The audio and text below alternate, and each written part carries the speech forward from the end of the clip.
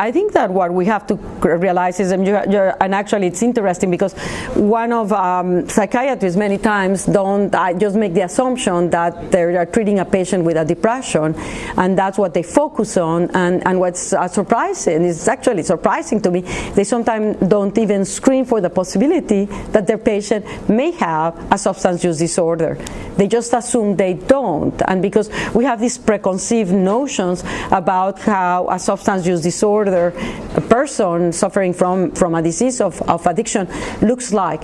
So we have an expectation, and we sort of says no, and the psychiatrists may even feel uncomfortable asking the patient because addiction is stigmatized, and they have to change that framework. They cannot assume, and they should screen for a substance use disorder on every single patient that they are screening or treating. It should be part of the evaluation. And whether it is a legal drug or an illicit one or a prescription drug, the psychiatrist should be screening for them.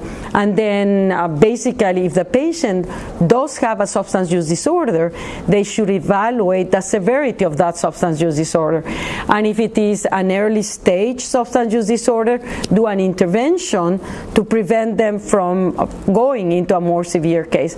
And if it is a severe case, they should treat them.